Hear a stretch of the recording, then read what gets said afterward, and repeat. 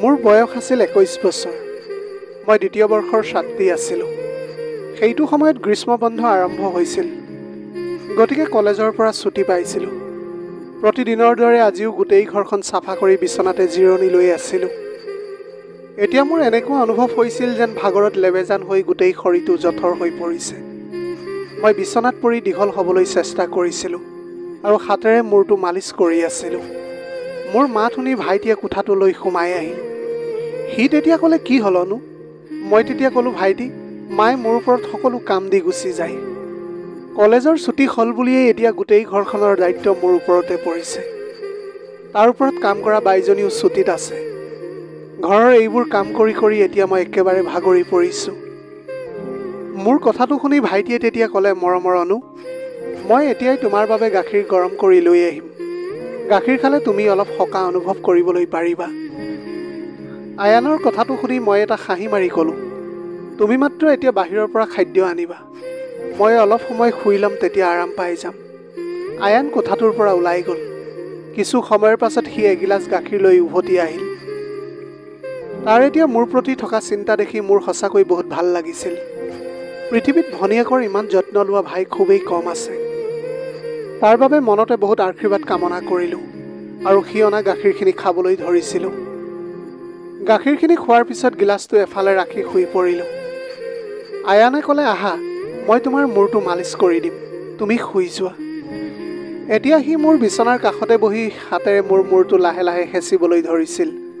ময়ো এতিয়া আৰাম অনুভৱ কৰিবলৈ ধৰিলোঁ। বিষটোও কমিবলৈ ধৰিছিল।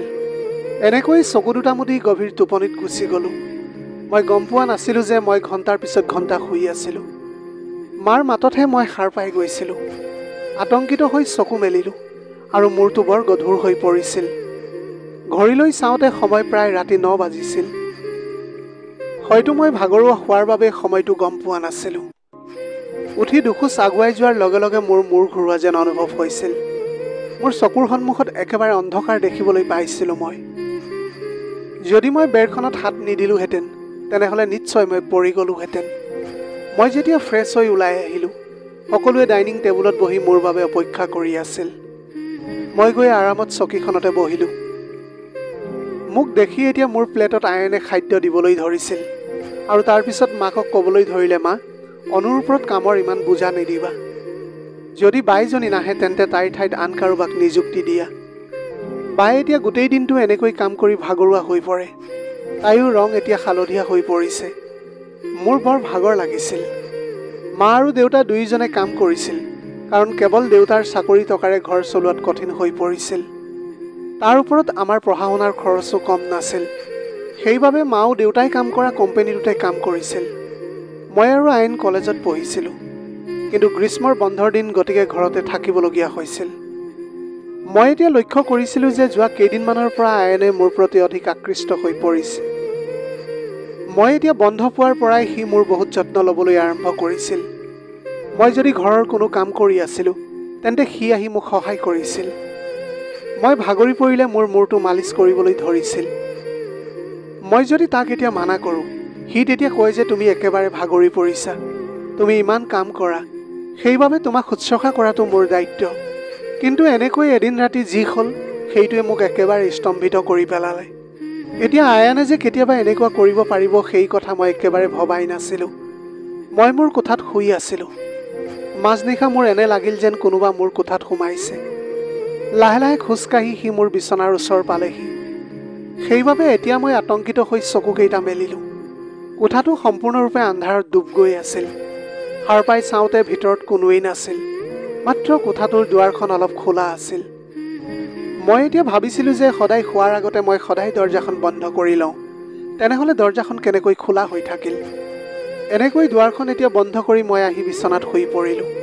চকু দুটা বন্ধ হোৱাৰ লগে লগে আকৌ এবাৰ খোজৰ শব্দ শুনিবলৈ পালোঁ। এতিয়া মোৰ এনেকুৱা অনুভৱ হৈছিল যেন কোনোবাই মোৰ বিচনাৰ ওচৰতে বহি আছে।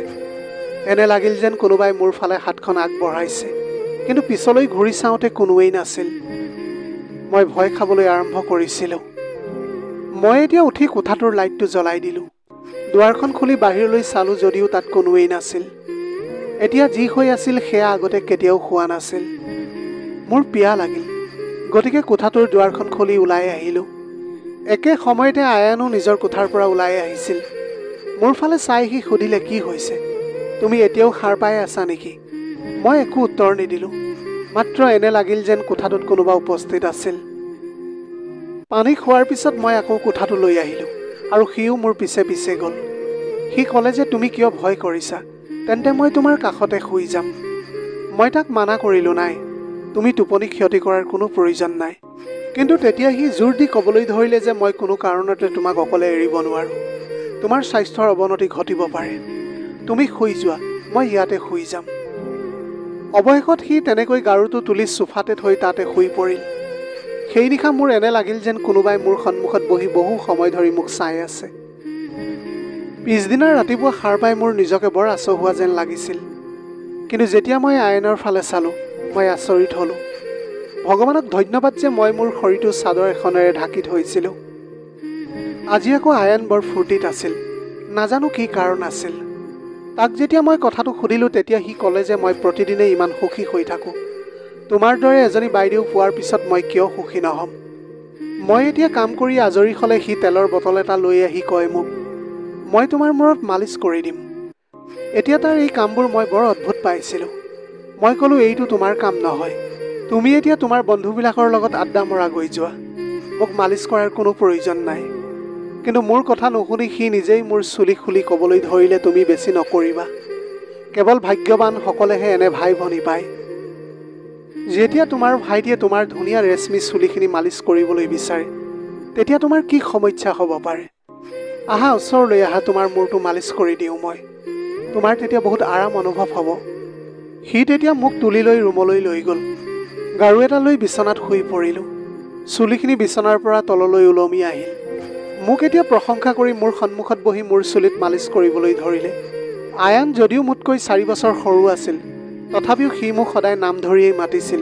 সি কয় যে তুমি ইমানেই মৰম লগা যে তোমাক দেখাৰ পিছত এনে লাগে যেন তুমি এনেকৈ সদায় হাঁহি থাকা আৰু মই সদায় তোমাক আদৰ সাদৰ কৰি থাকোঁ। মোৰ চুলিত মালিচ কৰি থকাৰ সময়ত যেন তাৰ হাতত যাদু আছিল। ইমানেই ভাল লাগিছিল যে মোৰ টোপনি আহিবলৈ ধৰিছিল। সি এতিয়া যিটো তেল লগাই আছিল তাৰ গোন্ধও বৰ ভাল আছিল। মই তাক সুধিলোঁ, এইটো কি তেল? তেতিয়া সি ক'লে যে এইটো এটা বিশেষ তেল, বিশেষকৈ তোমাৰ বাবে। এইটো তোমাৰ ধুনীয়া চুলিৰ বাবে তৈয়াৰ কৰা হৈছে। তাৰ কথাবোৰ বৰ মধুৰ আছিল। তাৰ কথাৰ ধৰণটো মই একেবাৰে বুজিব পৰা নাছিলোঁ। এতিয়া এনেকৈ মালিচ কৰি থকা সময়তে মোৰ টোপনি আহিবলৈ ধৰিলে। কিছু সময়ৰ পাছত চকু মেলিয়েই মোৰ গোটেই শৰীৰটো বিষ হ'বলৈ ধৰিছিল। মোৰ ভৰিৰ ওপৰত অত্যাধিক ওজন দিয়া যেন অনুভৱ হৈছিল। গোটেই শৰীৰত বিষ হ'বলৈ ধৰিলে। লাহে লাহে মই উঠি বহিছিলোঁ আৰু আয়ানক লক্ষ্য কৰি ইফালে সিফালে চাবলৈ ধৰিলোঁ।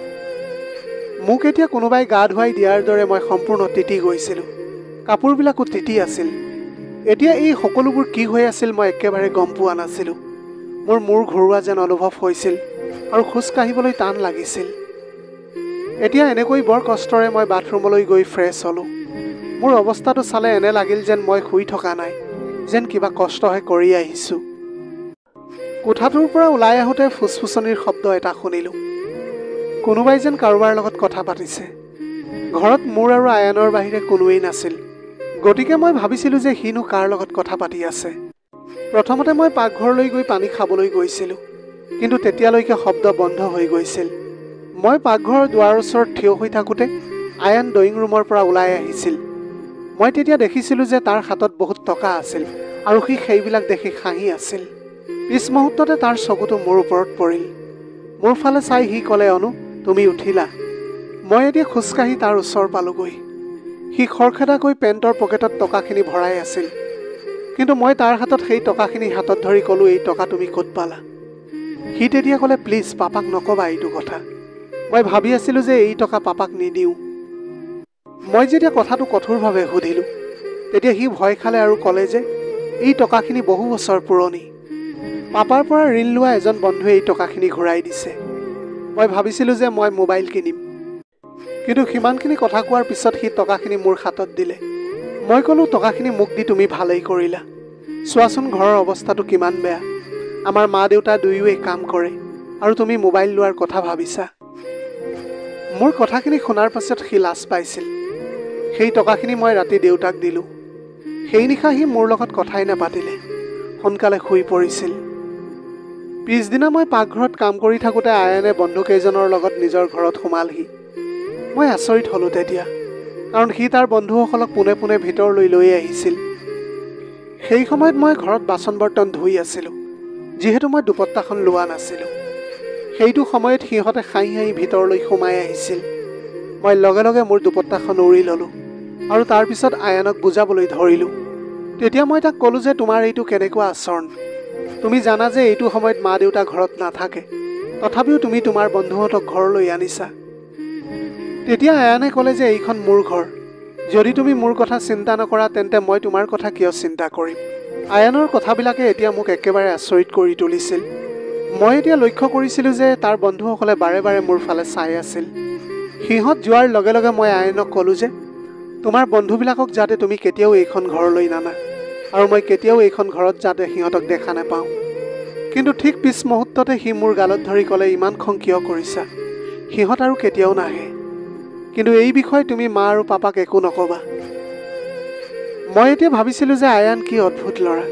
কেতিয়াবা সি মৰম দেখুৱাইছিল আৰু কেতিয়াবা খং দেখাইছিল। যিয়েই নহওক, এতিয়া হ'ব বুলি কৈ মই মাত দি ৰুমলৈ গ'লোঁ। মই এতিয়া ৰুমৰ ফালে যোৱাৰ পাছত আয়ানে অদ্ভুত দৃষ্টিৰে মোলৈ চাবলৈ ধৰিছিল। সেইদিনাও জিৰণি ল'বলৈ ৰুমত শুই থাকোঁতে হঠাৎ কোনোবাই ভৰিত ধৰা যেন লাগিছিল।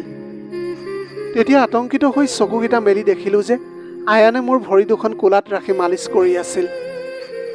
মই এতিয়া তাক মানা কৰিছিলোঁ সেইবিলাক কৰিবলৈ, কিন্তু সি ক'লে যে মই যি কৰি আছোঁ তাকে কৰিবলৈ দিয়া। এইখন ঘৰত ময়েই তোমাক ইমান গুৰুত্ব দিওঁ, মা আৰু পাপাৰ কামৰ পৰা সময়েই নাই। ময়ো এতিয়া বৰ ভাগৰি আছিলোঁ।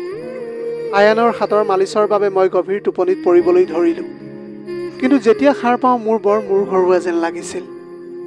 এতিয়া মই লক্ষ্য কৰিছিলোঁ বিচনা চাদৰখন সম্পূৰ্ণৰূপে কোচ খাই আছিল।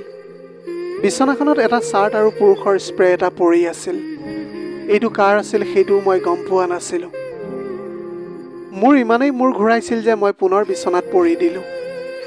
এনেকুৱা লাগিছিল যেন কোনোবাই মোক এনাস্থেচিয়া দিছে। ওচৰতে ফুচফুচনি শুনিবলৈ পালোঁ যদিও কোনে কথা পাতি আছে চিনাক্ত কৰিব পৰা নাছিলোঁ।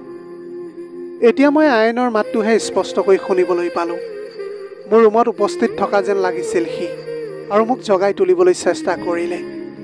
এনেকৈয়ে কিছু সময়ৰ পাছত চকুটো মেলিয়েই চকুৰ আগত গোটেই দৃশ্যটো ভাহি আহিছিল। প্ৰথমতে চাৰ্টটো আৰু পাৰফিউম পৰি থকা বিচনাখনৰ ফালে চালোঁ, যদিও এতিয়া তাত একোৱেই নাছিল। আজি আকৌ মোৰ অৱস্থাটো বৰ আচহুৱা যেন লাগিছিল। এই সকলোবোৰ বুজিব পৰা নাছিলোঁ মই। ঘৰখনত এতিয়া মোৰ আৰু আয়ানৰ বাহিৰে কোনোৱেই নাছিল। তাৰ পিছত শুই থকাৰ পিছত কি হয় যে মোৰ গোটেই শৰীৰটো পানীৰে ধোৱা যেন লাগে, মই এতিয়া একো ধৰিব পৰা নাছিলোঁ। কেৱল এয়াই নহয়, মোৰ গোটেই শৰীৰটো বিষ হৈছিল আৰু মোৰ ৰংটো সম্পূৰ্ণ সেতা পৰি গৈছিল। দিনক দিনে মই দুৰ্বল হৈ আহিছিলোঁ। সেইদিনাও আয়নে মোৰ ওচৰলৈ আহিবলৈ চেষ্টা কৰিছিল, যদিও মই অজুহাত দেখুৱাই মোৰ ৰুমলৈ আহিবলৈ বাধা দিলোঁ তাক। এতিয়া মোৰ মনলৈ অদ্ভুত অদ্ভুত কিছুমান চিন্তা আহিবলৈ ধৰিলে, আৰু ইফালে মোৰ স্বাস্থ্য একেবাৰে বেয়া ফাললৈ ঢাপলি মেলিলে।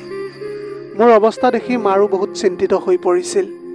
সেই নিশা মই বাৰে বাৰে সাৰে আছিলোঁ আৰু ভালদৰে শুব পৰা নাছিলোঁ। পিছদিনা মোৰ মা দেউতা সদায়ৰ দৰে কামলৈ গ'ল। তেওঁলোকে চাগে মোৰ কথা চিন্তা কৰা নাছিল। মই এতিয়া নিজেই ডাক্তৰৰ ওচৰলৈ গৈ আল্ট্ৰাছাউণ্ড কৰি গম পালোঁ যে মই গৰ্ভৱতী হোৱা বুলি। মই এতিয়া ভাবিছিলোঁ যে মোক এইবিলাক কোনে কৰিলে। আয়ন যদিও মোৰ প্ৰকৃত ভাই নাছিল, কিন্তু মই তাক সদায় মোৰ নিজৰ ভাতৃ বুলিয়েই গণ্য কৰিছিলোঁ। আয়ন হ'ল মোৰ মাৰ দ্বিতীয় বিবাহৰ সন্তান, আৰু মই মাৰ প্ৰথম বিয়াৰ সন্তান আছিলোঁ। এনেবোৰ কথাই মোক ভুল চিন্তা কৰিবলৈ বাধ্য কৰাইছিল। মই এতিয়া বুজি পোৱা নাছিলোঁ যে এইবিলাক কথা মা দেউতাক মই কেনেকৈ কওঁ।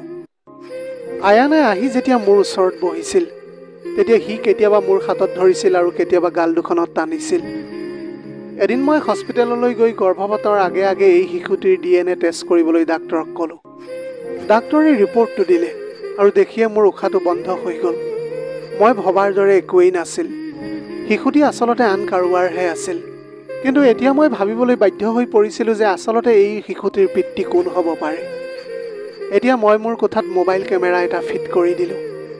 এদিন মা দেউতা ঘৰত নথকাৰ সময়ত আকৌ আয়নে মোৰ ওচৰলৈ আহি মোৰ মূৰত মালিচ কৰিবলৈ ধৰিলে। মই এতিয়া টোপনি নাযাবলৈ বহুত চেষ্টা কৰিছিলোঁ, যিহেতু তেলটোত কিবা এটা দিয়া আছিল। গোন্ধ পোৱাৰ লগে লগে মই একেবাৰে অজ্ঞান হৈ পৰিলোঁ। এঘণ্টাৰ পিছত মোৰ চেতনা ঘূৰি আহিল। ইতিমধ্যে মা দেউতাও ঘৰলৈ উভতি আহিছিল। কেমেৰাৰ ৰেকৰ্ডিং দেখিয়েই যেন মোৰ ভৰিৰ তলৰ মাটি পিছলি গৈছিল। আচলতে আয়নে তাৰ বন্ধুবিলাকক মোৰ লগত বেয়া কাম কৰিবলৈ সি আমাৰ ঘৰলৈ আনিছিল। এনেকৈ কাম সম্পূৰ্ণ কৰাৰ পিছত সিহঁতে আয়নক টকাবিলাক দি গুচি যায়। এই কথা জানি মই মাটিত বহি পৰিছিলোঁ। কোঠাটোৰ পৰা ওলাই আহি আয়নৰ কলাৰত ধৰি চৰ এটা মাৰিলোঁ। মা আৰু দেউতাও আহিছিল। তেতিয়া দেউতাই খঙেৰে মোৰ হাত দুখনত ধৰি ক'লে, তুমি পাগল হৈছা নেকি? ইয়াক কিয় মাৰি আছা? মই তেতিয়া মোবাইলত থকা ভিডিঅ'টো দেখুৱাই দিলোঁ। ভিডিঅ'টো চাই মা মজিয়াতে ঢলি পৰিছিল। দেউতাই এতিয়া এইবিলাক একেবাৰে বিশ্বাস কৰিব পৰা নাছিল। তেওঁ আয়নক ধৰি বেয়াকৈ মাৰিলে। তাৰ মুখ আৰু নাকৰ পৰা তেজ ওলাবলৈ ধৰিছিল। তেতিয়া আয়নে খঙেৰে ক'লে, মই কেতিয়াও তাইক মোৰ ভনী বুলি গণ্য কৰাই নাছিলোঁ। মোক টকাৰ বহুত প্ৰয়োজন আছিল। তাইৰ বাবে মানুহে লাখ লাখ টকা দিবলৈ সাজু আছিল। গতিকে এই পদক্ষেপটো মই ল'লোঁ। মই এতিয়া তাৰ কথাবিলাক শুনি মাত্ৰ কান্দিবলৈ ধৰিছিল। দেউতাই মাৰি থাকোঁতে কেনেবাকৈ সি নিজকে মুক্ত কৰি ঘৰৰ পৰা পলাই গ'ল। আমাৰ এইখন ঘৰলৈ আৰু সি কেতিয়াও উভতি নাহিল। মোৰ গৰ্ভত এতিয়া গৰ্ভধাৰণ কৰা শিশুটি অবৈধ আছিল। মই এতিয়া গৰ্ভপাত কৰালোঁ। কিন্তু মৃত্যুৰ আগলৈকে আয়নে মোৰ লগত খেলা ঘৃণনীয় খেলখন মই কেতিয়াও পাহৰিবলৈ নোৱাৰিম। নিজৰ ভাইজনে হৈছে এনেকুৱা এজন ব্যক্তি যিয়ে সদায় আপোনাক ৰক্ষা কৰি থাকে। আমি সদায় নিজৰ ভাইটিক ভাবোঁ মোৰ কিবা এটা হ'লে সি নিশ্চয় মোক সহায় কৰিব। কিন্তু কোনো অচিনাকি পুৰুষৰ হাতত নিজৰ কণমানি কন্যাক এৰি যোৱাটো বৰ মূৰ্খামি। কাৰণ শয়তানৰূপী পুৰুষে সদায় কাৰোবাৰ সন্মান নিলামৰ অপেক্ষাত জীয়াই থাকে। প্ৰিয় দৰ্শক, সদায় নিজৰ ছোৱালীজনীক নিজৰ আঁচলৰ তলতে ৰাখিব আৰু কেতিয়াও কোনো অচিনাকি পুৰুষৰ লগত অকলে এৰি নাযাব। আজিৰ ভিডিঅ'টি কেনেকুৱা লাগিলে জনাব। যদি ভাল লাগিল তেনেহ'লে লগৰ বন্ধু বান্ধৱীসকলৰ মাজত শ্বেয়াৰ কৰিবলৈ নাপাহৰিব। আপোনালোকৰ গোটেই জীৱনটো হাঁহিৰে উপচি পৰক। পাৰিলে দুখীয়াজনক অলপ সহায় কৰিবলৈ চেষ্টা কৰিব। আপোনালোকৰ অকণমান সঁহাৰিয়ে যদি কোনোবা এজন দুখীয়াৰ জীৱনটো সলনি কৰিবলৈ পাৰে, তাতকৈ পুণ্যৰ কাম আৰু এই পৃথিৱীত একোৱেই হ'ব নোৱাৰে। Have a nice day.